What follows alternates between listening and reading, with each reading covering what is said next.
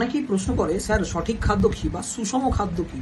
দেখুন, সুষম খাদ্য বলে তো কিছু হয় না, বাট সব রকম খাদ্যই আমরা যদি কম কম পরিমাণে সঠিক ব্যালেন্স পরিমাণে নিই তাহলে কিন্তু সেটা সুষম খাদ্য রোল প্লে করে। এবার সেটা কিভাবে?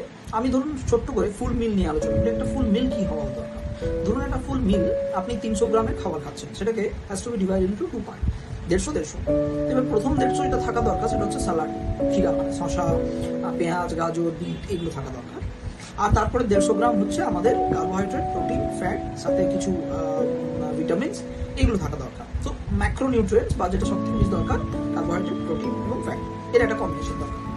এইবারে আমরা যখন খাবার খাবো, যদি আপনার লক্ষ্য এটা হয় যে ওয়েট লুজ করা এবং সঠিক পরিমাণ খাওয়া, আমরা প্রথমে আগে স্যালাডটা খাবো। তার কারণ হচ্ছে আমাদের স্টোমাক যখন ফিল হয় আর ব্রেনে ওই সংকেতটা আসতে অ্যারাউন্ড 10 মিনিট সময় লাগে। আর সেই কারণে আমরা ছোট্ট ছোট্ট বাইট নেবো এবং ফিলার খাদ্য যাতে ক্যালোরি কম সেটাকে আগে খাবো। তাহলে এখানে বোঝা গেল যে কোন খাবারগুলো আমরা আগে খাবো। তার মানে যে খাবারগুলো ক্যালোরি কম সেটা আগে খাবো, বেশি ক্যালোরিগুলো তাহলে কম খেতে পারবো। যখনই আমরা 150 গ্রাম স্যালাড খেয়ে নেবো, কিন্তু একই পরিমাণ ভাত খেতে পারবো না যেটা আমরা রেগুলার খাবো। তো এরপর আমরা যখন সেই ভাতটা খেলাম, একটা লিমিটেড আমরা খাবার খাবো, তাতে আর ততক্ষণ পর্যন্ত খাবারটাকে চেবাবো, তখন পর্যন্ত খাবারটা ইস্যু হয়ে গেছে, তখন এরকম সেটাকে জল করবো, তাহলে আমাদের ডাইজেশনের প্রবলেম আছে।